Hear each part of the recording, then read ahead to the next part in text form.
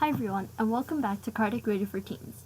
For those of you who might not know, Cardiac Radio for Teens is a place where teens can come together with other teens to learn about Spiritist teachings and topics in a way that makes more sense to us and is more relatable to us as teenagers in today's society. So last week we finished the Spirits book, we finished reading all of it, and now we're in the last part, which is just the conclusion, which kind of just sums everything up. So we've just been going through that conclusion and reading the paragraphs and trying to recap everything that we've learned. And of course, the most important thing to keep in mind about the Spirits book is that you can't just read it once and understand everything. We have to continuously read it, and we'll continuously learn new things and notice things that we might not have noticed before and realize new things that we can apply to our lives to help ourselves. So let's get right to it, to part 2 of the conclusion. Spiritism is a sonnet opponent of materialism, and it is not surprising that materialists are its adversaries. Materialism is a theory that many hardly dare to admit defending, proof that its supporters are not ardent believers and that they are dominated by their conscience. They hide behind a mask of reason and science. It is interesting how the most skeptical people speak on behalf of religions that they neither know nor understand any better than Spiritism. They focus particularly on the miraculous and the supernatural, which they deny, and they presuppose that Spiritism is founded on the miraculous and supernatural. They declare that it can be nothing more than a ridiculous fantasy. They do not realize that in categorically denying the possibility of miraculous and the supernatural, they are denying religion itself, which is founded on revelation and miracles. So here it starts off by saying how Spiritism is the opposite, the opponent of materialism, right? Spiritism is saying to not be attached to these material things of just this world. And materialistic people are very attached to material things, to money, to wealth, to everything that they have, these material things that they have. So it's hard for these materialistic people to think other than that. So they immediately are against it. They immediately don't want to accept that. And they also, here they're saying that they get that supernatural aspect and the miraculous. Like, they look at these miraculous events that Spiritism talks about, these supernatural things, and they immediately deny it. But what they don't understand is that all religions are based off of miracles and revelations and things that are almost impossible to explain without realizing that there's something more to that than like this miracle, right? So basically, these people that are denying these miraculous and supernatural things in Spiritism and saying Spiritism and going against Spiritism are kind of denying religion as a whole, because all religions are based off these miracles, these revelations, and understanding things that we can't understand. And then they continue. What are revelations, if not extra-human communications? All the writers of the scriptures, since Moses' time, have spoken of this type of communication. What are miracles, if not events of an unparalleled miraculous or supernatural event? Nature, since they are, according to liturgical sense, deviations from the laws of nature. In rejection, the miraculous and supernatural, they reject the very basic of all religion, and we should not view the subject from this perspective. So, here what they're continuing to say is that isn't a revelation in extra human communication, right? In all religions, we see revelations and we see these miracles, and aren't those things miraculous and supernatural of some sort? So, everything has this kind of form, and everything that we explain in religion, it's because we kind of can't explain that with our everyday science, right? Our laws of nature that we have, we can't explain it, and that's why we have religion, to explain things further than that, further than our understanding of just this material world. So that's all religion. So they're saying, how can you go against just Spiritism on this when that is the basis of all religions? And so they're saying we can't reject religions based on something like that, because that would be rejecting all religions. And then they continue. Spiritism does not necessarily settle the question of miracles, meaning whether God, in certain cases, deviates from the eternal laws that regulate the universe. In this regard, Spiritism leaves full freedom of choice as when it comes to belief. It dictates and proves that the phenomena on which it is based are supernatural only in appearance, and that they only appear to be such of some because they are unusual. They are simply outside the limits of fact, known at the moment of their observation. They are no more supernatural than all the other phenomena that science explains today, though they appeared to be miraculous in the past. As spiritist phenomena, without exception, are the consequence of general law.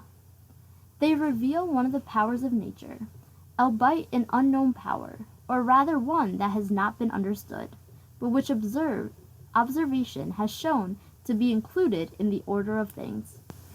So here what they're saying is that these things that we're seeing as supernatural or miraculous might seem like that at its first appearance, right? When we look back at the turning tables and very basic examples that we have, we look at this and it looks like a miracle. It looks like something supernatural. But that's only the first appearance, right? But Spiritism provides the explanation behind that. And then we see that there is this proof behind it. It's not some miraculous thing that's happening. And of course we have to consider that all things in science seem miraculous at first, right? Imagine when they discovered electricity. They must have thought that was some kind of magic, some kind of miracle, some supernatural thing that they had like power, electricity, right? Or all these things that we discover, at first it seems supernatural. It seems crazy to think of. Or even airplanes or cars or all these things, technology we have today, we could have never imagined that, right? And before it was miraculous, it was a huge deal. And now it's something that we take for granted, right? We see so normally. So they're saying it's the same thing. At first appearance, these spiritist things might seem supernatural, might seem like something crazy, but when we study it further and when we get a better understanding of it, we'll realize that it's not that crazy, it's not that far-fetched. And then they continue. Spiritism, therefore, is founded less on the miraculous and the supernatural than religion itself, and those who attack it for this reason do so because they do not know what it truly is. Even if they were among the most educated people, we would say to them, if your science, which has taught you so many things, has not taught you that the realm of nature is infinite, you are not nearly as advanced as you think. So here what they're saying is, Spiritism is not about the miraculous things, these supernatural beliefs. So people shouldn't be judging it on that, right? Because we know Spiritism has so much more to it than just these turning tables, right? Or little cases that people may hear of. So there's so much more to it than that. So people who are attacking it or going against it because of that, they just can't understand that yet, right? They just don't have that comprehension to understand. Or even if they do, they might be too stubborn or holding back and aren't willing to open up and hear about other opinions. And especially back in the time of this book, it was a lot harder for people to say they were any sort of different religion besides like Catholic. So now we see, like, now today people are becoming a lot more religious tolerance, but we still have a big struggle. So it's important for all religions to never judge when you don't really know what something's about, right? Unless you have a full understanding. And once you have a full understanding, most likely you won't judge those people. Most likely you won't have anything because you'll understand where those people are coming from. And now we're on to the third part of the conclusion. You say that you want to cure your century of the naivety that threatens to overrun the world. Would you prefer to see the world plagued by the skepticism that you seek to spread? Doesn't the absence of beliefs cause both the relaxing of family ties and the majority of alignment that is undermining society today? By demonstrating the existence and immortality of the soul, Spiritism revives faith in the future, raises the spirits of the discouraged, and enables us to bear adversities of life with resignation.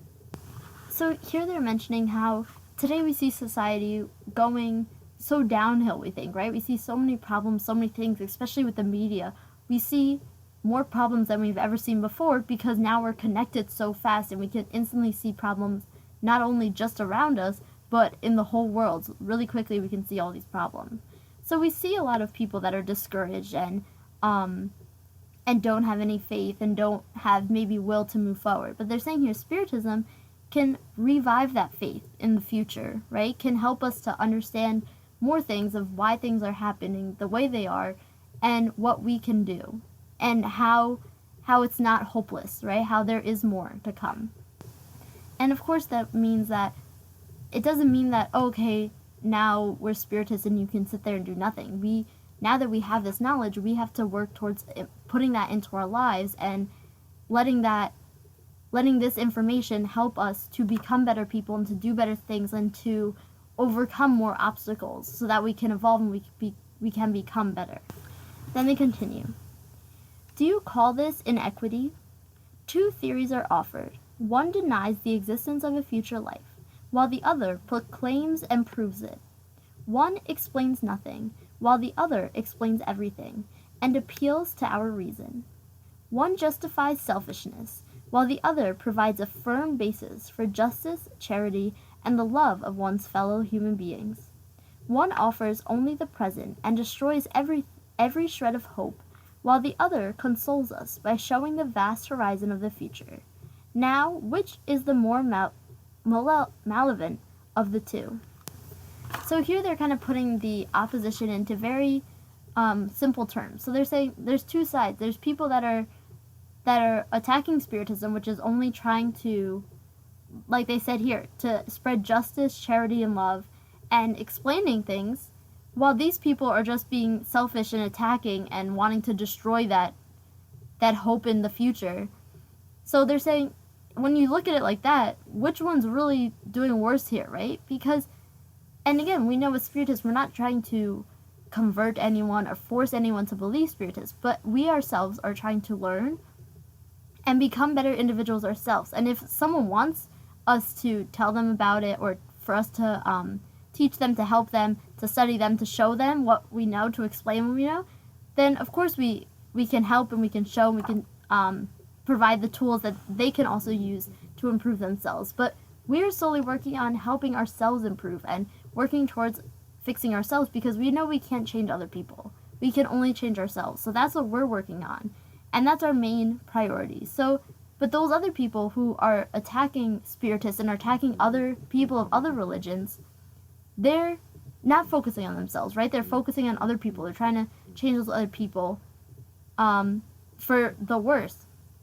So we have to kind of push those people to the sides and not focus on them and just continue doing what we're doing because we know we're on the right track. We know we're doing the right thing. And then it continues. Some, among the most skeptical of our challengers, portray themselves as apostles of brothers in progress, but brotherhood implies objectivity and the rejection of personality. In true fraternity, pride is a flaw. By which right do you impose such a sacrifice on people when you tell them that death is the end for them, and that maybe even tomorrow they will be reduced to an out-of-order machine, thrown to the curb as trash? Why should people impose any sort of deprivation on themselves? Is it more natural for them to strive to live as comfortable as possible during the few brief seconds you grant to them? The desire to possess as much as possible and to enjoy the greatest amount of pleasure arises from this. Hence, this desire naturally gives birth to jealousy of those who possess more. From this jealousy, all it takes is one further step to becoming covetous of what they possess. What holds them back from doing this? The law? However, the law does not cover every case. It is the conscience or sense of duty that governs one's choices. What is the sense of duty based on? Does that sense have any purpose if everything ends with our present life?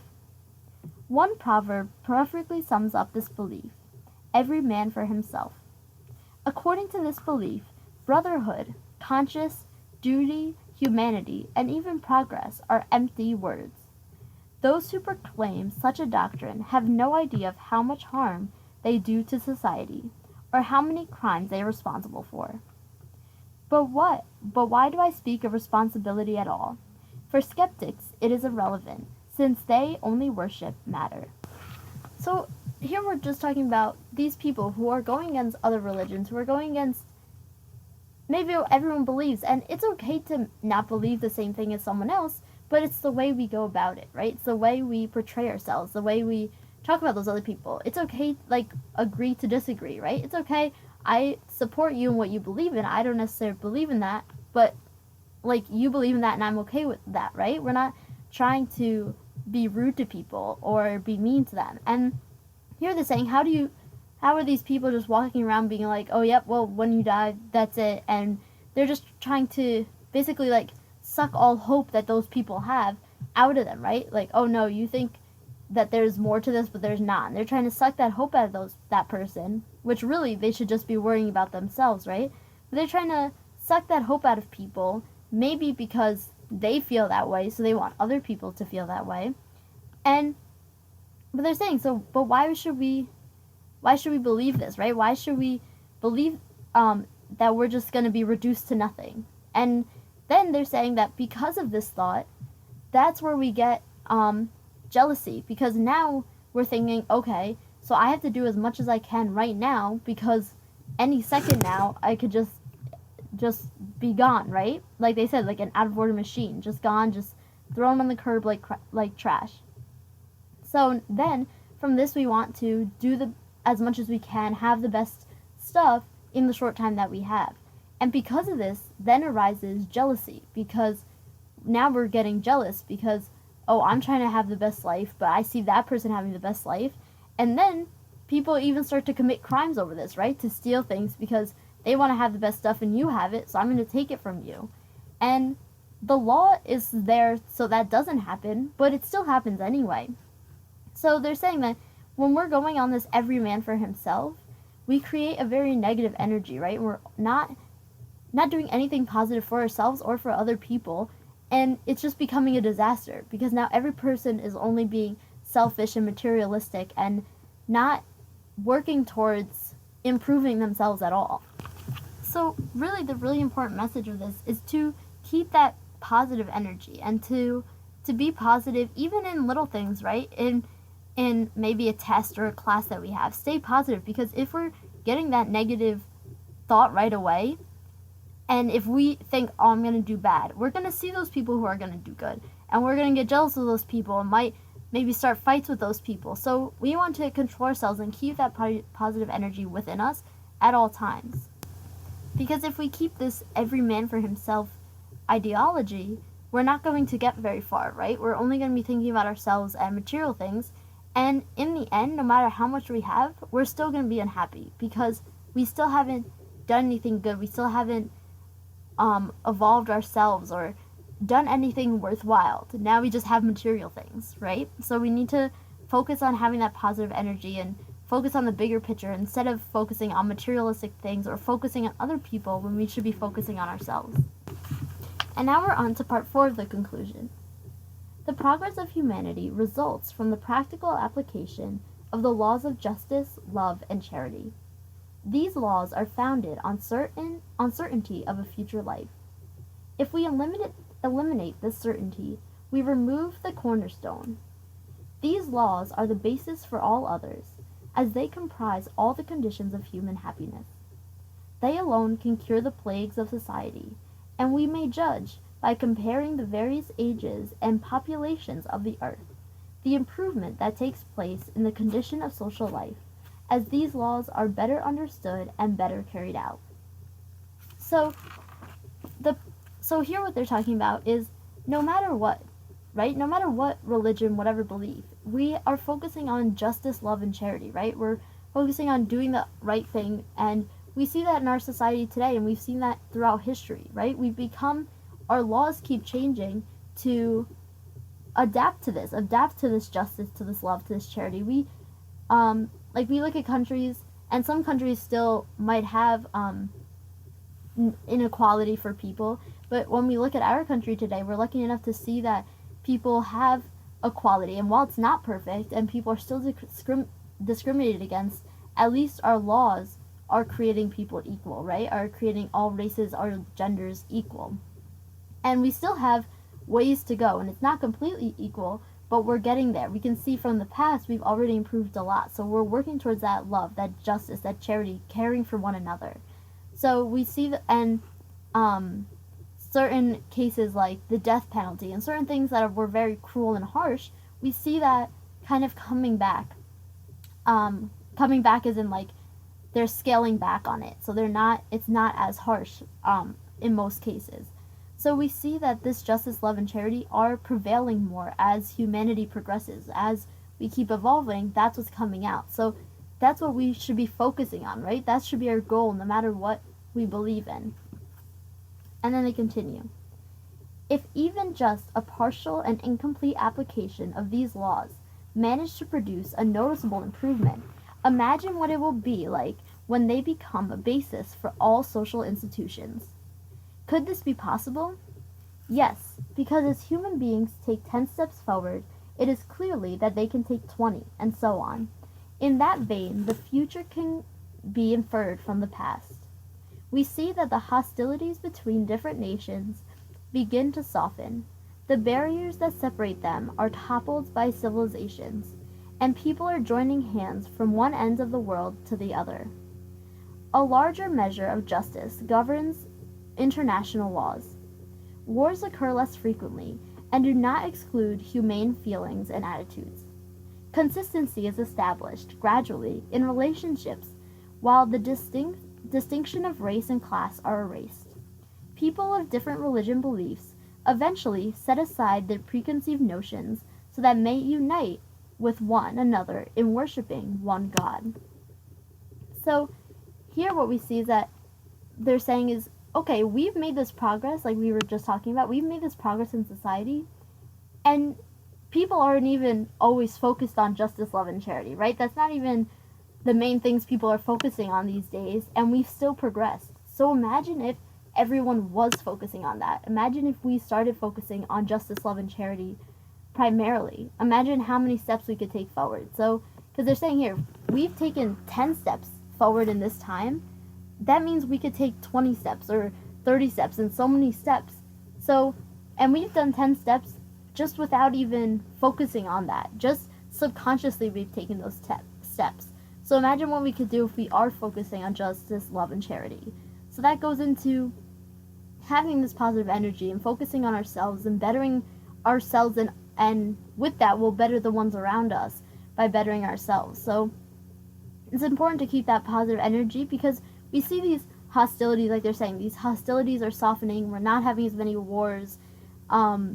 People are becoming friendlier to each other, right? Like there's more equality. And of course, it's not perfect. We still see a lot of inequality and a lot of discrimination, but we've gotten a lot better to what it used to be. And then they continue. We are talking about the nations that are at the forefront of civilization. In all these relations, we are still far from perfection.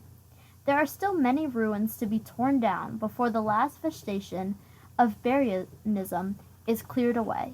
But can those ruins withstand the relentless action of progress, which in itself is a law of nature? If the present generation is more advanced than the last, why shouldn't the next be even more advanced than ours? This will always be the case by the force of circumstance. First, as each generation passes away, it takes supporters of old injustices and abuses with it. Therefore, society will gradually rebuild with new members who have thrown aside antiquated prejudices. Second, when people want to progress, they study the obstacle that impedes it and focuses on the means for removing them. The progressive movement of human society is irrefutable. Therefore, progress undoubtedly continues in the future. So here they're saying that we're always progressing because as we come up with a new thing, like let's talk about like equality. We used to have slavery and inequality for women, and basically the only ones that had any power were white men, right? If we're just talking about the United States, the only ones that had power were white men. And then they started introducing some then like slavery became abolished, and women started to have equal rights. But there were still those white men who felt that white men should be the only ones with power. But as that generation died off, right, as that generation disappeared, then all that was left was this new generation that believed in some equality. And then that generation died off, and then there was a generation that believed in more equality. So we're always progressing, right? And when we want something to progress, like we see lots of movements today, when we want to see something progress, people work for it, right? They study it and they fight for it. And like we see now, a lot of marches for LGBTQ and women's rights and lots of different things. So when people want progress, they study it, they focus it, and they work towards implementing that. So progress is kind of inevitable, right? It's going to happen. And then Allan Kardec puts his own comment in, and he says, "It is in the nature of human beings to want to be happy. We want progress to increase our happiness. Otherwise, progress has no purpose. Where would we be if progress did not improve our position? When we obtain all the gratification that we can attain through intellectual progress, we realize that we have not obtained complete happiness, and that this happiness is impossible without having security in relationships. We can only obtain the security through moral progress. Thus, by the force of circumstances, we will work tirelessly for that end, and Spiritism will offer us the most effective means for reaching that goal." So, here they're just summing up that we, as human beings, we want to be happy, and we want to progress to increase our happiness, but sometimes we're only thinking about, like, industry. We want industry to get better, the government to get better, or the society to get better. But we also need to focus not only on intellectual progress, on, oh, we have all this fancy new technology, but on our moral progress as well. Because if we get to that intellectual perfection and we don't have moral perfection, it's not going to matter, right? We need both of them. So that's where we'll leave off today, and next week we'll finish off the conclusion. And before we leave off, I'd like to read our message from the Daily Book of Positive Quotations by Linda Picone for today's date, January 29th. This one's titled, Courage. Courage is doing what you're afraid to do. There can be no courage unless you're scared. Some of us seem to never fear failure, but do we just hide our fear really well? Other of us acknowledge our fear, even when we're doing so may feel embarrassing. We may be afraid of falling flat on our face, but we stand up straight and do our best.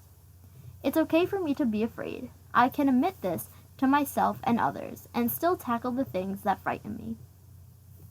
If at all you guys have any questions, comments, concerns, anything you want to talk about at all, feel free to email me at kardecradioforteens@gmail.com, and I'll get back to you right away. I'm Bia, and this has been Kardec Radio for Teens. Thank you all for listening. This has been Kardec Radio for Teens. Thank you all for listening.